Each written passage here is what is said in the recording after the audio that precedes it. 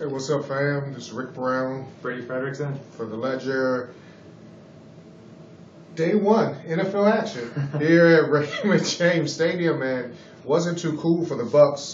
They fall to the Carolina Panthers, 20-14 here at Raymond James Stadium. Brady, your thoughts on this game? Ugly.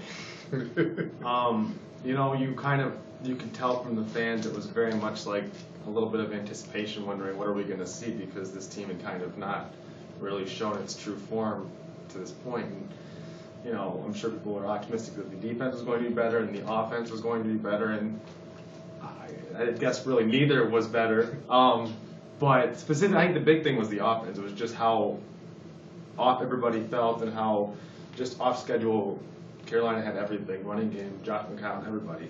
Now, I think people forget that Carolina had the second best defense in the National Football League last year, and they didn't lose too much from that from that defense, obviously. In the first half, these were some telling numbers. The Bucs had 2 first downs, and if you take away fullback Jaworski Lane's 54-yard run, they had 3 rushing yards in the first half. 29 total offensive yards outside of that 54-yard, which was a great run, by the way, but that was the only time Carolina wasn't on top of it.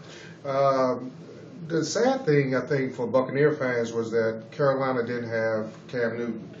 That was the surprising thing, was kind of, I guess, the fan perception would probably be, well, we're obviously going to win now. And they obviously underestimated the great Derek Anderson. Who had a decent game. Derek Anderson, 24-34, 230 yards, 2 touchdowns, a quarterback rating of 108.7.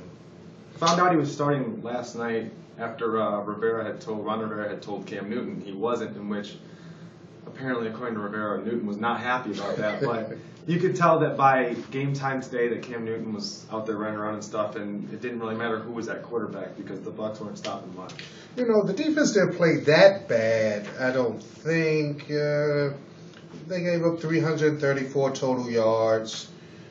That's around average of the NFL. The Panthers they didn't kill them, though. It was a lot of just offense that you would expect a backup quarterback to be able to go out there and at least execute. So there wasn't anything super advanced for Derek Anderson. It was just 3 steps and look. And the Bucs defense, the one thing that they didn't do this game was create turnovers. That's something that they have to do in order to help this team. Also, Josh McCown did not have a good day. His 2 interceptions were, how can I say it, there's a number rookie-ish? Yes. I mean, panicky, very panicky, and I don't want the ball anymore here. Yeah, and just throwing it away. I fumbled it, I'm going to throw it over here. And not smart on his behalf, but these are all learning tools, and the Bucs will have to get this out of the way.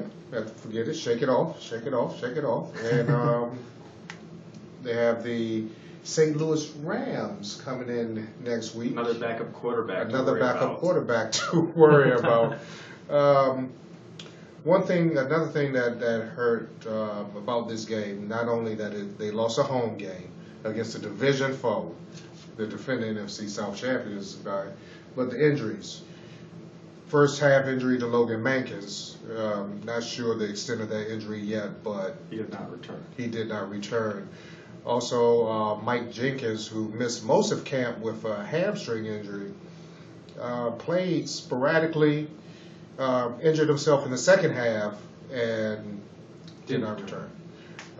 2 guys who did, 2 other injuries, Doug Martin as well as Jonathan Banks, cornerback. They did return to the game, but it's something to watch for the rest of the week. The Mankins injury, though, is the one that has people worried, because if he cannot go, Gilkey came in, Garrett Gilkey, he came in, he did a decent job, but the offensive line as a whole still was shaky. And I mean, admittedly, Carolina has one of the better defensive lines you'll face, but at the same time, you'd say Carolina's a top 5 D-line, but there's the potential for St. Louis next week being the best D-line in football. So, I mean, that's kind of a thing where even once they got Logan Mankins, it was unfair to think that replacing whoever was starting there before with Mankins would automatically fix their issues there. But it was probably troubling to see how much Josh McCown was running for his life. Yeah, they have to shore that up real quick. Incognito, maybe? I don't want to think about that. Don't want to think about that right now. But hey, You're a bully, Rick. You're a bully. that's it for us. Live from Ray J. Rick Brown Brady Fredericksen. with the legend. We're out. Peace.